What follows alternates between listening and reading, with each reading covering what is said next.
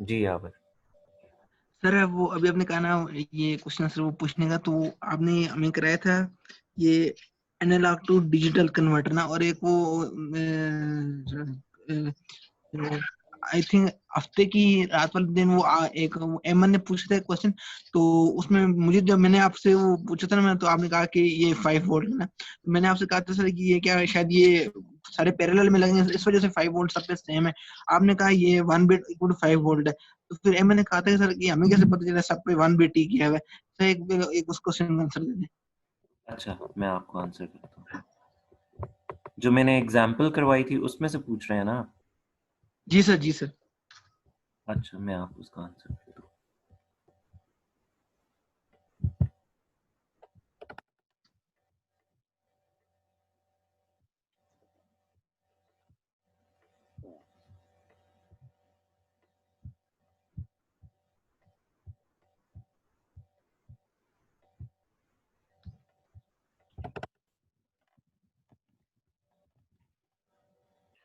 ये वो एग्जाम्पल है जो उस दिन हमने कवर की थी। जी और सर बिल्कुल। इसमें आप कह रहे हैं कि कैसे पता चलेगा कि सब वन है? सर ये मतलब सर, कब वन है, तो आपने खुद ही कहा था 1 बिट इक्वल टू 5 वोल्ट ना, तो हम्म। वही बात। वो कैसे पता चलेगा सब फप्पे वन है सर? इसमें बेसिकली हमने किया क्या था कि ये हमारे पास जो है सर्किट, ये समर सर्किट है, ठीक है। जी सर। और इसमें हमने इनिशियली जो कैलकुलेशन की है I0, I1, I2 और I3 की, वो हमने इस तरह से जी सर। कैलकुलेट किया है कि अगर हमारे पास D0 सेट हो तो I0 फ्लो कर रहा होगा, ठीक है।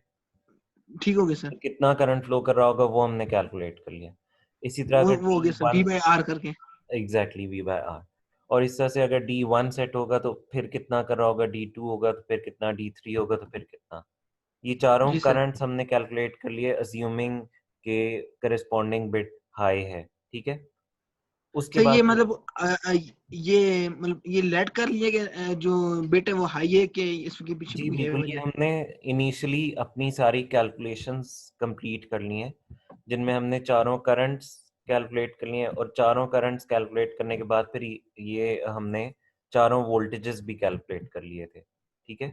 ये जो आपको अभी सर वो आपकी बात ठीक है, लेकिन आपने कहा ना मैं हमने सारी बताता कैलकुलेशन हूँ, कर ली ठीक है। थी। ये हमने अच्छा। जब कैलकुलेट कर लिया और उसके बाद फिर हमने क्या किया, उसके बाद फिर हमने जो जनरल इक्वेशन है इस सर्किट की, वो जनरल इक्वेशन भी हमने बिल्डअप कर ली थी कि जब ये सर्किट ऑपरेट करेगा तो बेसिकली इसमें आपके पास जितने भी इनपुट्स हाई हैं उनके जी सर। रिलेटिवली जो बिट्स हैं उनके रिलेटिवली वोल्टेजेस ऐड हो जाएंगे। ये जो इक्वेशन अभी आपको नजर आ रही है, V not is equal to alpha not VD not plus alpha one VD1, ठीक है। तो अब जो सर भी ये आपको क्वेश्चन कैसे है ये आप इसमें ये आपने equation alpha not summer alpha one? Summer circuit है ना, ये समर सर्किट में क्या होता है, आपके जितने भी इनपुट्स होते हैं वो क्या हो जाते हैं, ऐड हो जाते हैं। सर इसमें आपने वो वेटेड समर वाला कंसेप्ट लगाया है? कौन सा वाला समर? Weighted summer. हाँ जी, वेटेड समर, बिल्कुल। ये जो सही हो आउटपुट गया सर। वोल्टेजेस हमने चार कैलकुलेट की हुई हैं, VD नॉट, VD1, जी सर। VD4, VD3, जी अम, सर। ये जो चारों आउटपुट वोल्टेजेस हैं ये वही वेटेड समर का कॉन्सेप्ट लगा के कैलकुलेट हुई हुई है। ये ऊपर लेक्चर में आपने कैलकुलेट की हुई है, ठीक है। सही हो गया सर। अब जो हमें जो भी डेटा सीक्वेंस गिवन होगा उसके अकॉर्डिंगली हम इस इक्वेशन को अपडेट करेंगे और उसमें जो वोल्टेजेस हमने कैलकुलेट किए हैं उन्हें ऐड कर लेंगे। जैसे अगर हमें एक अच्छा। सीक्वेंस दे दिया जाए 0 1 1 0, तो दिस मीन्स आपका D3 जो है वो ऑफ है, D2 और D1 ऑन है और D0 ऑफ है। तो आप क्या यस करेंगे, सर। सिंपली जो VD2 है और जो VD1 है उन्हें ऐड कर लेंगे। तो ये जो शुरू में सही हो तमाम गया सर। करंट्स जो हैं वो कैलकुलेट किए थे और तमाम वोल्टेजेस कैलकुलेट किए थे, ये इसलिए किए थे कि ये हमारी इनिशियल कैलकुलेशन थी। और ये इनिशियल कैलकुलेशन जब हमारे पास कंप्लीट होके रखी भी होगी तो फिर आप जो है वो कुछ भी सीक्वेंस आपको दे दिया जाए तो आप फौरन से कैलकुलेट कर सकते सर एक और यहाँ छोटी सी बात ये कि जब हमने I not I one I two I three, sir आपने कहा हमने पहले कैलकुलेशन कर ली थी। अगर हैं। हमने कैलकुलेशन पहले कर ली थी तो उससे पहले ही हमने बात लेट कर ली थी कि बिट हाई होगी। हाँ जी बिल्कुल। अच्छा। और सर ये एक और बात, हमने I0, I1, I2, I3 निकाल लिया, उसकी हेल्प से फिर हमने V0 V 4 वोल्टेजेस निकाल ली, ठीक हो गया सर। इसमें सर ये आपने जो alpha not to alpha 3 sir किया हुआ है, ये सर ये भी वेटेड समर के थ्रू है या ये इसकी कुछ और नहीं, ये बस एक मैंने साथ स्केलिंग फैक्टर रख लिया है कि जो बिट हाई होगी उसका अल्फा भी हाई होगा, तो उसका वाला वोल्टेज एग्जिस्ट कर रहा होगा, और जो बिट लो होगी उसका करस्पॉन्डिंग अल्फा भी लो होगा, तो उसका वोल्टेज ऑटोमेटिकली इस इक्वेशन में से निकल जाएगा। ठीक हो गया सर। और ये अच्छा नीचे आपने सर वही वाली बात लिखी है, वेयर अल्फा के इक्वल टू 1 इफ डी के इक्वल टू 1। जी अगर जो exactly. भी अगर वोल्टेज हमने हाई रखनी है तो उसका वो वाला फैक्टर भी हाई रखना पड़ेगा। बिल्कुल ठीक हो गया सर, जज़ाकल्लाह। और सर ये फिर ये जो हमने यहाँ तक कैलकुलेशंस कर ली, now we can draw the output corresponding to a bit sequence. अब सर इसमें एक और भी छोटी सी वेरिएशन है। अब मिसाल के लिए एक स्टूडेंट ने अपने लिहाज से D1 को ऑफ रखे, तो उसने फिर अपना अल्फा 1 को भी 0 दिया होगा, ठीक हो गया सर। और एक स्टूडेंट ने D1 को ऑन रखा है तो उसने अल्फा 1 को 1 दिया होगा, ठीक है। तो उस लिहाज से जब वो इसका आउटपुट सीक्वेंस बनाएगा वो भी डिफरेंट बनेगा ना सर? नहीं, आपने अगर आपके पास डी नॉट जो है वो ऑफ है तो उसका अल्फा नॉट ऑफ ही होगा, आप उसको ऑन तो अज्यूम नहीं कर सकते ना। तो फिर आपको कैसे पता चल गया कि मैंने यहाँ इसको ऑन रखना है तो उसको ऑफ रखना है? बेटा, आपको जो इनपुट सीक्वेंस है वो तो गिवन होगा ना, जिसको आपने कन्वर्ट करना है। डिजिटल इनपुट सीक्वेंस आपको गिवन होगा, आपने सिंपली क्या करना है, जो जो बिट आपकी उस इनपुट सीक्वेंस में ऑन है आप उसके करस्पॉन्डिंग अल्फा को 1 कर दें, तो और जो इसमें जो तो नहीं आपका बताया ऑफ हुआ है, कौन सा इनपुट, इसमें तो नहीं बताया हुआ कौन सा ऑन रखना है कौन सा ऑफ रखना है। ये वाला जो आपके सामने ड्रॉ हुआ है जी सर, ये इनपुट जो वो सीक्वेंस, है। तो इसमें अगर आप देखें, ये जो डॉटेड लाइन से मैंने इसको सेपरेट आउट किया हुआ है, तो आपको यहाँ पे नजर आ रहा है ना कि पहली जी सर। जो साइकिल है इसमें तमाम जो है वो 0 है, तो इसका मतलब है जी तमाम सर। अल्फाज भी 0 होंगे। जो दूसरी साइकिल है उसमें सिर्फ डी नॉट 1 हो गया, बाकी सारे 0 हैं, तो इसका मतलब है अल्फा 1 आपका 1 होगा, बाकी तीनों 0 होंगे। लेकिन सर ये तो एंड पे आगे बनी ना, हमें अगर एक चीज का पता होगा तभी हम ये बना सकेंगे ना। हाँ, तो ये जब आपको ग्राफ ड्रॉ करने को दिया जाएगा तब तो आपको ये सीक्वेंस दिया जाएगा ना, मतलब ये वाली लेकिन वेवफॉर्म उससे हमें खुद पहले बनानी नहीं आपने जो होगी कि जनरल सारी कैलकुलेशंस हैं वो आपने कंप्लीट करनी है, उसके बाद आपको इनपुट सीक्वेंस जो भी गिवन है उसके अकॉर्डिंगली आउटपुट निकाल सर एक मिनट, यहाँ तक हम कैलकुलेशन लेके आ गए, ठीक हो लेंगे। गया सर। जो उसके बाद आप कह रहे हैं कि जो आउटपुट सीक्वेंस है ये गिवन होगा कि इनपुट सीक्वेंस गिवन होगा? इनपुट सीक्वेंस गिवन होगा, आपने उससे आउटपुट सीक्वेंस निकालना तो होगा। इनपुट सीक्वेंस में आपने तो एग्जाम्पल में उसका मतलब उसका मतलब डिस्कस नहीं किया हुआ इनपुट सीक्वेंस को कि वो कैसे गिवन होगा। ये आपको जो एग्जांपल में जिस पेज पे अभी हम हैं, ये आपको जी इनपुट सर। सीक्वेंस गिवन है, ठीक है। सर आपने कहा है कि नाउ वी कैन डाल output corresponding to a bit sequence. हाँ, तो corresponding to a bit sequence जो है, ये बिट सीक्वेंस आपका इनपुट सीक्वेंस ही है ना। सर ये वाला जिस जगह पे आपका वो हाथ वाला कर्सर चल रहा जी, है ये सारा इनपुट सीक्वेंस है? ये इनपुट सीक्वेंस है। अच्छा ये गिवन होगा हमें? हाँ जी, ये गिवन होगा। ठीक। तो इसकी जो नीचे वाला सर ये आपने ये आउटपुट सीक्वेंस है? जी, ये आउटपुट सीक्वेंस, आउटपुट सीक्वेंस नहीं होगा, इसको आप आउटपुट सिग्नल कहेंगे क्योंकि वो अब एनालॉग सिग्नल है ना। अच्छा मतलब बनाना हमने इसी तरह का होगा, ये चीज बनानी होगी,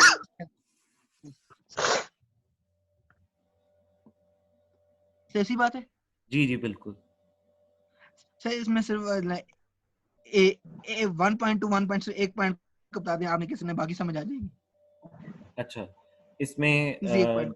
जब आपकी पूरी इनपुट सीक्वेंस 0 है, यानी जी सर। 0 0 0 0, ये जो पहला सीक्वेंस जी है, sir. D not D one D two ठीक डी, है। ये जब जी चारों सर। 0 हैं तो अब आप इस इक्वेशन को देखें, जो आपके पास इक्वेशन है, इसमें आप ये कहेंगे कि तमाम अल्फा 0 हैं, ठीक है। ठीक ये है सर। लेक्चर आपने पहले भेजा है हमें? जी, ये लेक्चर भेजा हुआ है एनालॉग सैटरडे के को। ग्रुप में है। सर वीडियो है या पीडीएफ है वो भी? वीडियो भी है और पीडीएफ भी है। ठीक है सर जी। ठीक है।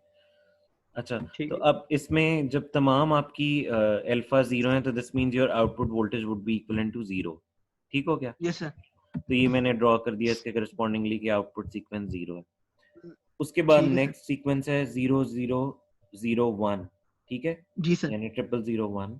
अब इसका मतलब सर है ये कि मतलब डेसिमल में 8 बनता है, तो आपने 1 डेसिमल बाई में 8 1 करके बनेगा, माइनस, डेसिमल में 1 बनेगा सॉरी बिकॉज सॉरी 1 बनेगा, ठीक है, D3 इज 1 नॉट बनेगा सर। सिग्निफिकेंट, ठीक है। Yes sir.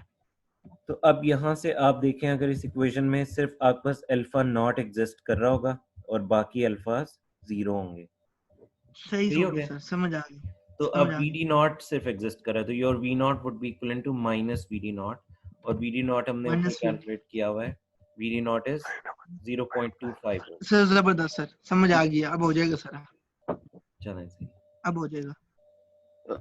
अस्सलाम वालेकुम शुक्रिया सर। सर सही ये आउटपुट सीक्वेंस किस तरीके से ये ड्रा किया गया, ये काइंडली एक दफा बता दें। देखिए, आउटपुट सीक्वेंस को ड्रॉ करने के लिए आपने आउटपुट सीक्वेंस की आउटपुट सिग्नल कहें, से सीक्वेंस नहीं कहें क्योंकि एनालॉग है, ठीक है।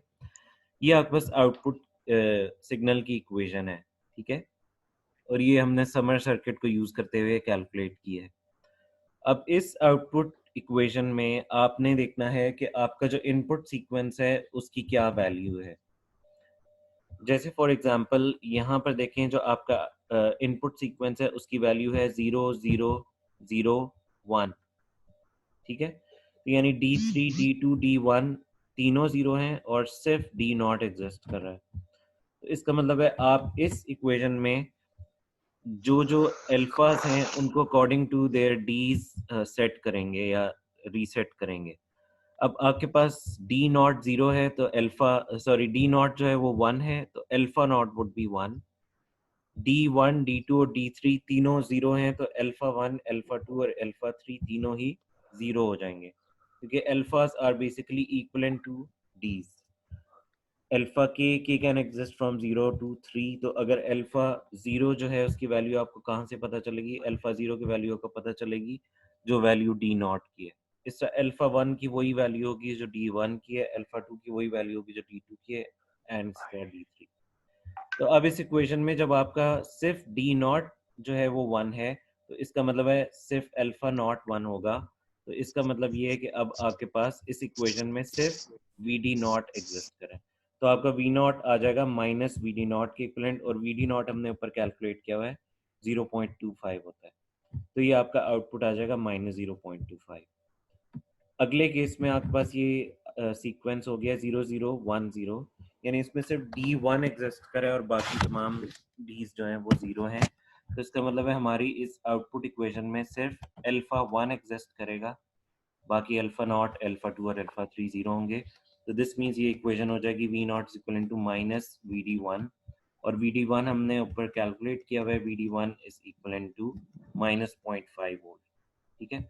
अब आपका आउटपुट जो सिग्नल है वो हो जाएगा माइनस 0.5, और इसी तरह से ये आगे कंटिन्यू करते हैं। ये सर समझ आ गई है, thank you so much.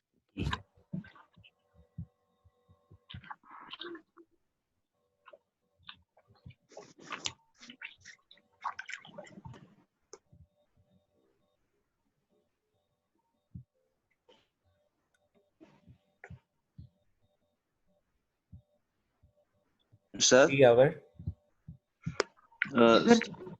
Sir Yasir बात करूं सर, ये बाद में जो लड़के आए हैं उनको काइंडली बता दें कि आपने ये जो लास्ट 2 वीक्स हैं उसमें जो कंफ्यूजन है उसके लिए सेशन कंडक्ट किए। एग्जैक्टली जितने भी स्टूडेंट्स बाद में ऐड हुए हैं जो स्टार्ट में नहीं थे, उनको मैं एक बार फिर बता दूं कि आज के लेक्चर में हम कोई नया कंटेंट नहीं कवर कर रहे, क्योंकि मैंने पिछले लेक्चर जो इंटरेक्टिव सेशन था उसमें फील किया था कि आप लोग काफ़ी लैग कर रहे हैं, ठीक है। तो इसलिए आज के लेक्चर में हम जो एनालॉग टू डिजिटल कन्वर्टर या डिजिटल टू एनालॉग कन्वर्टर में से हमने जितना स्टडी किया था उसको हम रिवाइज करें, या उसमें जो आपकी क्यूरीज हैं उनको मैं आंसर कर रहा हूँ। अभी तक मुझे यावर ने कुछ क्वेश्चन रेज किए थे और यासर ने किए थे, उनको मैंने आंसर किया है। बाकी जिस भी स्टूडेंट का इशू है वो क्वेश्चन कर सकता है।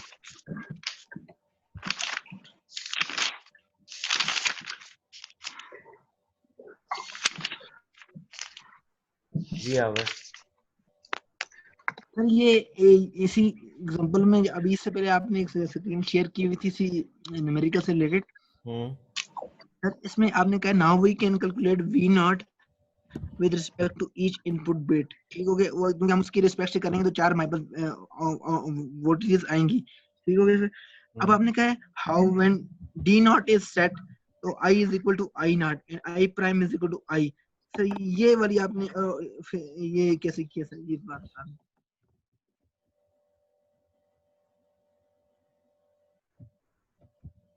ये है ना आपके पास सर्किट, थोड़ा सा नीचे सर, वो जो आपने बोला है वो तो कैलकुलेशंस when नीचे है, लेकिन मैं आपको एक्सप्लेन कर देता हूँ। अच्छा, ठीक अब है ये जो बेसिकली आपके पास सर्किट है, ये कौन सी कॉन्फ़िगरेशन है? सर, ये इन्वर्टिंग है ना, इन्वर्टिंग कॉन्फ़िगरेशन है, और इसमें आपका जो पॉजिटिव टर्मिनल है वो ग्राउंडेड है, वो तो ग्राउंड है। वर्चुअल शॉर्ट से हमारे पास यहाँ 0 वोल्ट्स आ रहा है। ठीक है, बिल्कुल सर। उसके अकॉर्डिंगली हमने I0, I1, I2 और I3 कैलकुलेट कर लिए। सही है, इस नोड को 0 अज्यूम करते हुए। ठीक है सही हो सर। गया। ठीक है और सर। फिर यहीं से हमने जो है वो कैपिटल आई कैलकुलेट कर लिया। कैपिटल आई जो है बेसिकली I0, I1, I2 और I3 का सम होगा। सम है।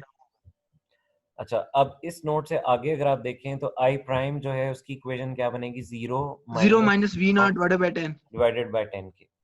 और आपके पास क्योंकि कोई भी करंट ऑपरेशनल एम्पलीफायर में एंटर नहीं होता, क्योंकि इसकी नहीं इम्पीडेंस होता सर। हाई होती है, तो इसका मतलब है जी सर। कैपिटल आई और आई प्राइम जो है वो इक्वल होंगे। ठीक हो गया। इस नोड में जो जी करंट सर। एंटर हो रहा है वो कैपिटल आई, और जो करंट लीव कर रहा है वो आई प्राइम है। आई प्राइम है। तो कैपिटल आई और आई प्राइम आपके पास इक्वल हो गए। अब यहाँ लिखा हुआ है when D not is set, इसका क्या मतलब है? मैं ये अज्यूम कर रहा हूँ कि सिर्फ डी नॉट सेट है, और इस वक्त बाकी जितने भी इनपुट बिट्स हैं वो क्लियर हैं या 0 हैं। सही हो गया। ये हो गया। तो इसका मतलब है कि इस वक्त आपके पास सिर्फ आई नॉट फ्लो कर रहा है, और बाकी ठीक है सर। I1, I2 और I3 फ्लो नहीं कर रहे हैं। तो दिस मीन्स ठीक है जो सर। कैपिटल आई है वो इस वक्त आई नॉट के बराबर है। ठीक है। ठीक है, तो जब कैपिटल आई नॉट के बराबर है तो दिस मीन्स आई प्राइम जो है वो भी आई नॉट के ही इक्वल होगा। ये बताया। अच्छा सर, यहाँ मैंने एक और बात भी देखी है। आपने जो पूरी ये जो एग्जांपल थी, आपने डी नॉट को सेट करके मतलब ये पूरी एग्जांपल सॉल्व की है। ये सर मर्जी है कि कोई भी सेट कर लो? नहीं, इनिशियली जब आपने पूरा अपना डिजाइन जो है उसका एनालिसिस करना है, तो आपने चारों की ही कैलकुलेशन करनी है।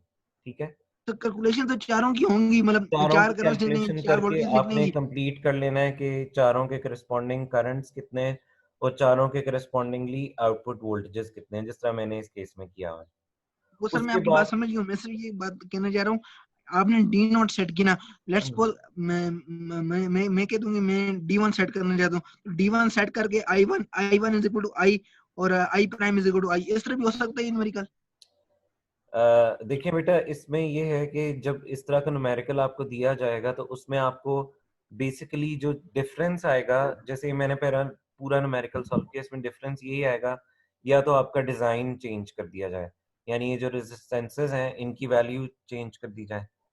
ठीक है, तो अच्छा फिर सर। अगर मैं इनकी वैल्यूज चेंज कर दूंगा तो आपके पास करंट्स भी डिफरेंट आएंगे और आउटपुट वोल्टेजेस भी डिफरेंट आएंगे। सही ठीक हो हो गया गया। सर।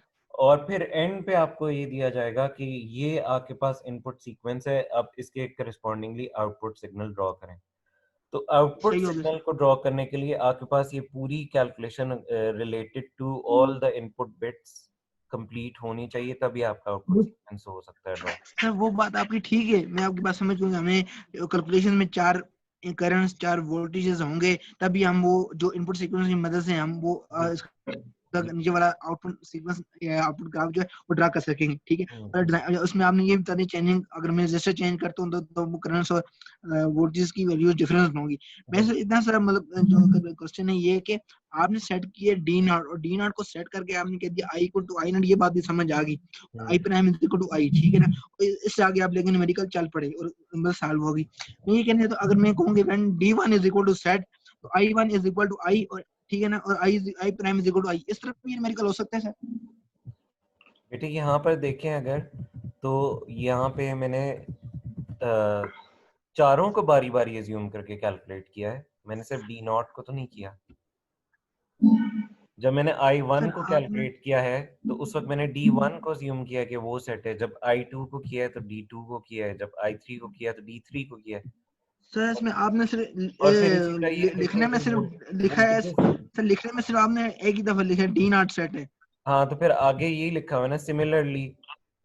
सिमिलरली का क्या मतलब है कि जब मैंने V not with respect to D1 calculate किया है, तो मैंने D1 को assume किया, लेकिन से वो मैंने अच्छा, मेथडोलॉजी के लिए हर करस्पॉन्डिंग के अगेंस्ट उसका अपना सेट होगा, हाँ उसके लिए अब उसका अपना सेट होगा और उसी तरह ही उसके कैलकुलेशन। अगेंस्ट वाला सेट नहीं हो सकता। ठीक होगी। ठीक है, जब मैंने ठीक है सर। VD1 कैलकुलेट किया तो दिस मींस मैंने इक्वेशन लिखी है as minus I1 into RF।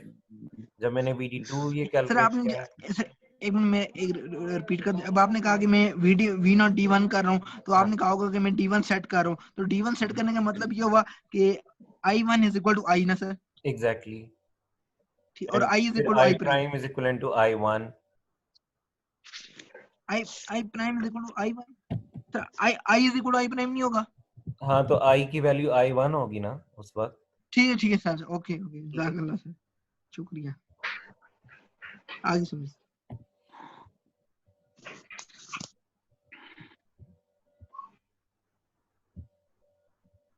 हाँ जी, any other question from any other student? Sir वो अटेंडेंस के लिए रोल नंबर यहाँ चैट में भेज दें। चैट में भेजें, जितने स्टूडेंट्स ठीक है सर। ऑनलाइन हैं वो अपने रोल नंबर जो है वो चैट में भेज दें।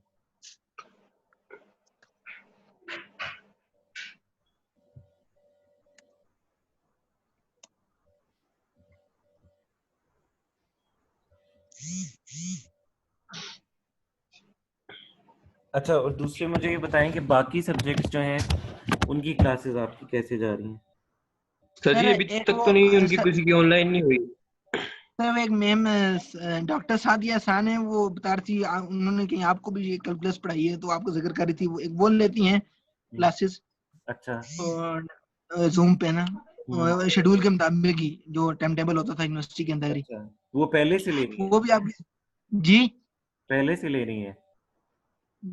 वो स्टार्ट से मतलब जो ही 15 मार्च को सर यूनिवर्सिटी क्लोज हुई थी ना, तो उसके हफ्ते बाद जब गूगल क्लासरूम बनी थी, उन्होंने उसी टाइम से देना शुरू कर दी थी, वो बस अच्छा। गूगल सर और क्लासरूम बस आप सर आप ये है कि आप रिकॉर्डेड लेक्चर भेज दिया करें, वो ज्यादा बेटर रहेगा। इससे अगर आपने इस पे क्वेरीज वगैरह बच्चों की लेनी होती हैं तो वो अलग चीज है, लेकिन ये है कि आप ना वो वीडियो बना के जैसे पहले भेजते थे उसमें खासा बहुत अच्छे से समझ आ जाता था, तो बेटा वो इसमें भेज ये है कि दीजिए। आज का तो ये इंटरेक्टिव सेशन है ना, तो इसमें इसलिए कोई कंटेंट नहीं है।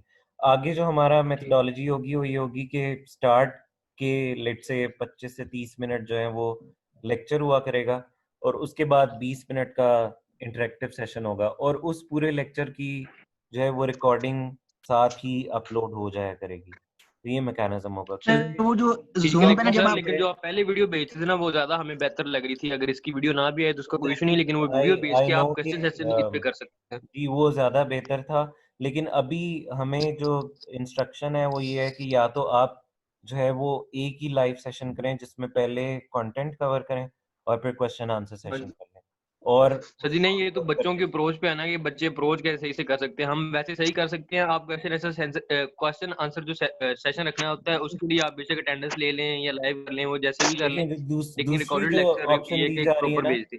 दूसरी जो ऑप्शन दी जा रही है वो ये है कि अगर रिकॉर्डेड लेक्चर अपलोड करना है तब भी आपने जो आपके स्लॉट्स हैं क्लास वाले, उनमें तीनों स्लॉट्स में आपने सेशन भी करना है जिसमें आप उस रिकॉर्डेड लेक्चर से रिलेटेड क्यूरीज को डील कर सकते हैं। उसमें फिर ये है कि फिर वीक में 3 रिकॉर्डेड लेक्चर्स भी जाएंगे और फिर 3 जी इंटरेक्टिव सेशंस भी होंगे, तो वो डबल लोड हो सर, जाएगा आपके ऊपर भी और मेरे ऊपर भी। तो सर इसका एक लेकिन वो ज्यादा मेरे ख्याल में एक बेटर सर रहेगा, एक क्योंकि इजी वे है बंदों ने सर। क्वेश्चन ही करना होता है, 10 एक मिनट में हो जाते हैं क्वेश्चन वगैरह, तो वो तो कर ही लेते हैं क्वेश्चन, ताकि बच्चे ने नहीं, पहले असल पढ़ा में हो, लेक्चर हमें देखा जो हो, कहा तो फिर गया है, हमें क्वेश्चन ये कर कहा सके। गया है कि जो इंटरेक्टिव सेशन होगा वो क्लास की ड्यूरेशन का होगा। क्लास की ड्यूरेशन मतलब 50 मिनट, तो दिस मींस 50-50 मिनट के 3 इंटरेक्टिव सेशन भी करने होंगे और 3 रिकॉर्डेड लेक्चर्स भी करने होंगे, तो दैट इज सर नॉट। इसका एक सही, इजी वे है सर। जी ठीक। बताएं। सर ये कि सर जब आप जूम पे लेक्चर दे रहे होते हैं ना, कोई भी स्क्रीन शेयर करके पीडीएफ की ना, सर नीचे वो रिकॉर्डिंग का जो ऑप्शन होता है ना, जब आप अपनी तरफ से रिकॉर्ड कर रहे होते हैं ना, जब आप मीटिंग एंड करते हैं, आपके पास वो जूम कन्वर्ट करके वो MP4 या MP3 की फाइल में दे देता है। हाँ ठीक जी। हो गया सर। तो अगर आप रिकॉर्डिंग की जो अब जैसे मैं यहाँ से अगर रिकॉर्डिंग का करता हूँ ना, तो वो कह रहे please request recording permission from the meeting host ना। तो आप जो मीटिंग की रिकॉर्डिंग की एक्सेस है ना, वो सब पार्टिसिपेंट को देते हैं, तो सबके पास ऑटोमेटिकली आ जाएगी, तो चाहे वो उन्होंने डाउनलोड नहीं, करें ये मैं ऑटोमेटिकली रिकॉर्डिंग कर रहा हूँ और ये रिकॉर्डिंग जो है ये आपके क्लासरूम पे अपलोड होगी, और जितने भी ठीक है सर जी, लेक्चर्स ठीक। हैं हमेशा उनकी रिकॉर्डिंग भी साथ हुआ करेगी और वो अपलोड हुआ करेगी, तो उसमें कंटेंट की भी रिकॉर्डिंग होगी और जो क्वेश्चन आंसर सेशन होगा उसकी भी रिकॉर्डिंग होगी। तो सर इसलिए ये ये वाला प्रोसेस कन्वीनियंट है कि हम 3 दिन ही जो हमारे स्लॉट्स हैं उन्हीं में लेक्चर और क्वेश्चन आंसर सेशन कर लें, बजाय इसके कि रिकॉर्डिंग लेक्चर्स अलग आए और फिर 3 इंटरेक्टिव सेशंस भी हों, तो वो डबल हो जाएगा। तो इसलिए मैंने फिर सर ये ये ऑनलाइन क्लासेस में अटेंडेंस होगी सर? अटेंडेंस मार्क जी ऑनलाइन क्लासेस में अटेंडेंस, और ये अटेंडेंस जिस तरह अभी हो रही है ये इसी तरह ही होगी। आपने अपना नाम और रोल नंबर जो है वो चैट में जो है वो भेज देना है, तो मेरे पास चैट की फाइल क्रिएट हो जाएगी, उसमें मेरे पास सारे रोल नंबर आ जाएंगे। इसी चैट में सर भेजनी है? जी जी इसी चैट में भेज दें। जी नमान, आपका कोई क्वेश्चन है? जी सर, क्वेश्चन है एक। जी जी पूछें। सर वो लेक्चर 3 जो था जो आपने लास्ट में अपलोड किया था सर, वो उसकी पीडीएफ फाइल अगर आप खोल लें तो मैं उधर से लेक्चर क्वेश्चन करना 3 चाहता हूँ। जी सर, लेक्चर 3 का पार्ट कौन सा है? सेकंड पार्ट सर, एग्जांपल जिसमें आपने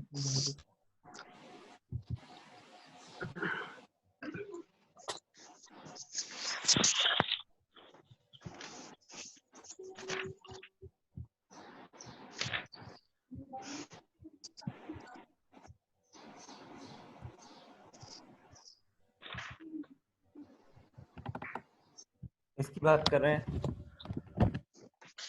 जी सर, इसमें एग्जांपल में आई सर एक मिनट।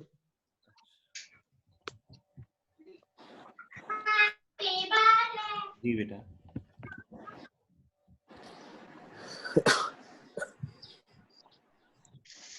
सर ये इसमें आपने वो बताया था ना कि अगर हमारे पास V in less than V reference होगा तो हमारे पास प्रीवियस वाली बिट को रीसेट कर देगा, मतलब ठीक 1 है, कर देगा, 0 होगी तो अगली वाली बिट को भी 1 कर देगा, ऐसे ही था ना सर?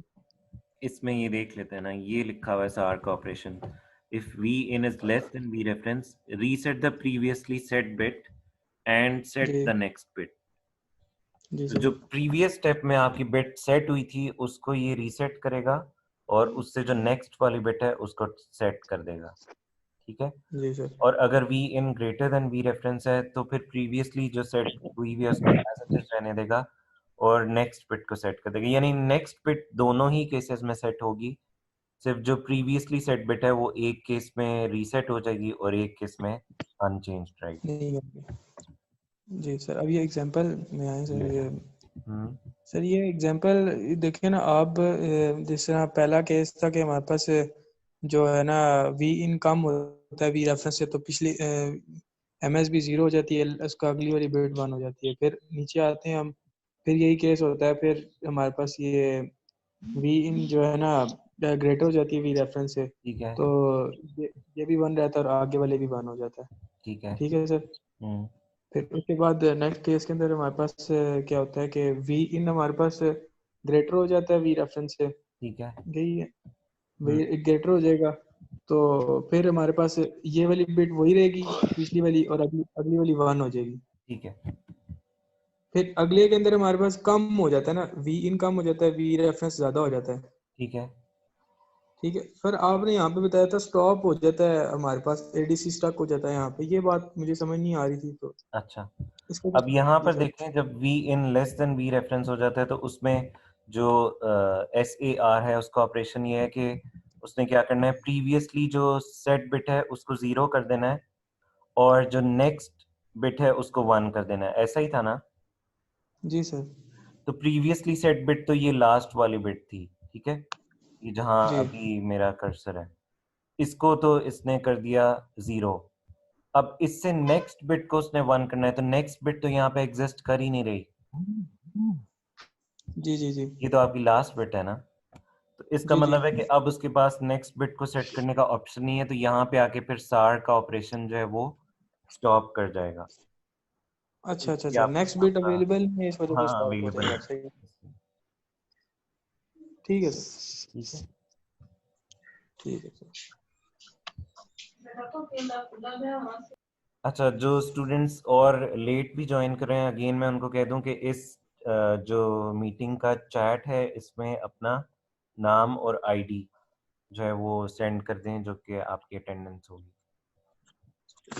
सर ये जैसे वो यूनिवर्सिटी में जो टाइम टेबल होता था आपका, तो उसमें मंडे वाले दिन मंडे वाले दिन आपके 2 लेक्चर होते थे और जी, एक वेडनेसडे या थर्सडे वाले दिन एक एक लेक्चर होता वेडनेसडे था। को होता है। उसी हिसाब से चलना होगा हमें।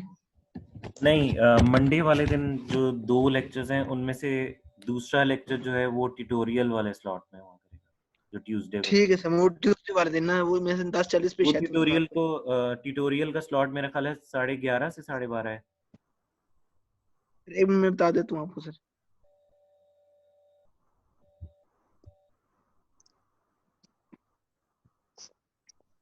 क्या हुआ?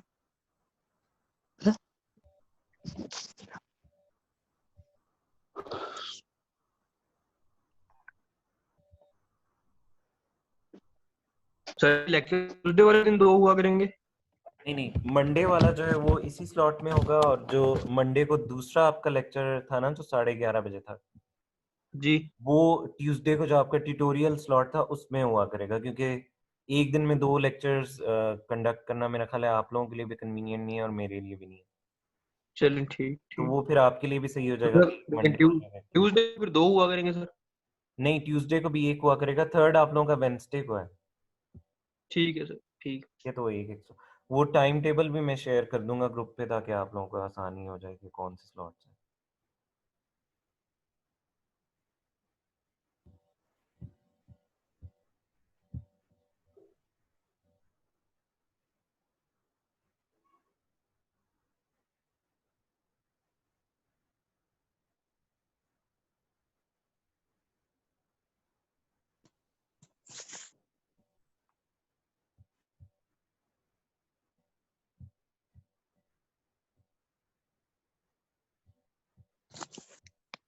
सर ये अटेंडेंस आपने अपलोड की हुई थी सर, ये 16 अप्रैल की और ये 18 अप्रैल की इधर गूगल क्लासरूम के ऊपर ना आपने। सर वो मैंने अभी उसको खोला है, तो अभी मैंने अटेंडेंस मार्क की है कुछ देर पहले, तो वो मेरी लेट अटेंडेंस मतलब वो एब्सेंट ही मार्क होगी। उसकी तो एक्सपायरी सेट थी ना, वो तो अब मार्क नहीं होगी अटेंडेंस।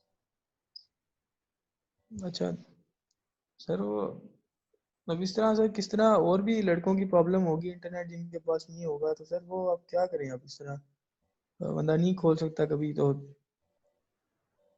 इसका पता नहीं चलता सर। मैकेनिज्म देख लेते हैं क्या हो सकता है, क्योंकि इसमें थोड़ी सी लेवरेज देनी पड़ेगी, क्योंकि इस चीज़ को हमें अंडरस्टैंड करना है कि कुछ एरियाज ऐसे हैं जो लाइव सेशंस में शायद ना आ सकें स्टूडेंट्स। तो यस सर। उनमें फिर यही है कि मोस्ट प्रॉब्ली जो अटेंडेंस है, वो जिस तरह से मैं पिछले वीक में ले रहा था अटेंडेंस, हो सकता है मैं मैकेनिज्म उसी तरह का कुछ सेट कर दूं कि आपके पास कुछ टाइम हो जिसमें आप अपनी अटेंडेंस मार्क कर सकें। सर ये आगे अब आप कह रहे थे ऑनलाइन क्लासेस लेंगे, तो सर किसी के लाइट का मसला हो जाता है, किसी के नेट का प्रॉब्लम हो जाता है, किसी इस तरह मोबाइल का प्रॉब्लम हो जाता है, तो सर अब इस तरह कोई बच्चा नहीं अटेंड कर पा रहा, ठीक है। तो वो अब वो क्या करे सर, उसका उसके आप लिए कहेंगे यही होगा कि उसके अटेंडेंस। लिए जो गूगल क्लासरूम है उसमें पूरी रिकॉर्डिंग सेशन की अवेलेबल होगी, और अटेंडेंस का कुछ टाइम मार्जिन में सेट कर दूंगा कि अगर कोई स्टूडेंट लेट से उसकी लाइट का इशू हो जाता है या इंटरनेट का, और वो उस वक्त अपनी अटेंडेंस जैसे आज आप लोग चैट पे भेज रहे हैं इस तरह नहीं मार्क कर सकता, तो वो बाद में भी अटेंडेंस मार्क कर सके। ठीक है सर वो जो आपने 2 दफा वो असाइनमेंट वाला वो क्वेश्चन करके रखा था ना, उसमें यही करना था ना, यस पे क्लिक करके फिर टर्न इन कर देना जी था। जी, इस तरह ही करना था। यस।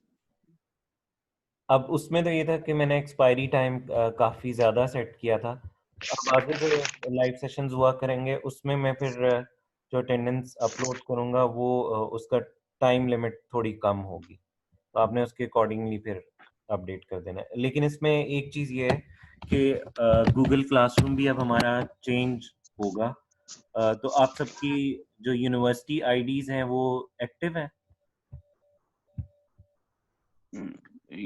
यस सर, अभी सारों के पासवर्ड जो है वो रीसेट कर दिए गए हैं।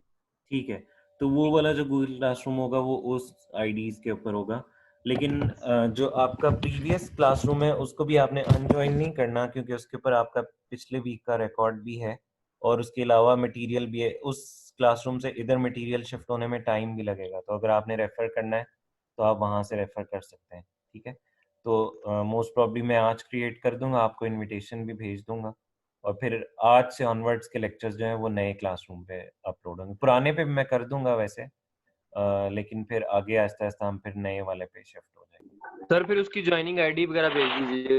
हाँ जी, उसकी जब तक ज्वाइनिंग सबकी कंप्लीट नहीं हो जाती तब तक प्रीवियस वाला जो है उस पे भी जो है वो चीज़ें अपलोड होती रहेंगी। ओके, लेक्चर से रिलेटेड किसी और स्टूडेंट का अगर क्वेश्चन है तो यू कैन आस्क, अदरवाइज फिर मैं जो है वो एंड करता हूँ। सर लीव कर सकते हैं फिर हम अभी? जी, लेकिन मेक श्योर कि आप लोगों ने जो अपना रोल नंबर है वो सेंड कर दिया। हाँ जी सर, वो कर दी है। अल्लाह हाफिज सर। अल्लाह हाफिज। शुक्रिया। अच्छा सर जी सर, अभी मेरा इंटरनेट का इशू था काफी। मैं विलेज की तरफ आया हुआ था, तो मैंने अभी ये लेक्चर ना काफी लेट जो है इनको एक्सेस किया है। तो मेरे अभी पीछे से मैं उन्हें जब वो देखूंगा, मेरे अगर कुछ क्वेश्चन होते हैं तो उसको फिर किस टाइम पे किया उनमें फिर जाएगा? ये होगा कि आगे हमारे जो नेक्स्ट लेक्चर्स है ना, हर लेक्चर में स्टार्ट का जो पार्ट होगा उसमें मैं लेक्चर डिलीवर किया करूंगा, और जो उसके एंड जी के तकरीबन 20 मिनट होंगे वो क्वेश्चन आंसर सेशन होगा। तो आप उस क्वेश्चन आंसर सेशन में पीछे के लेक्चर्स में से भी क्वेश्चन पूछ सकते हैं। सही है sir. Okay. Any other student, any question?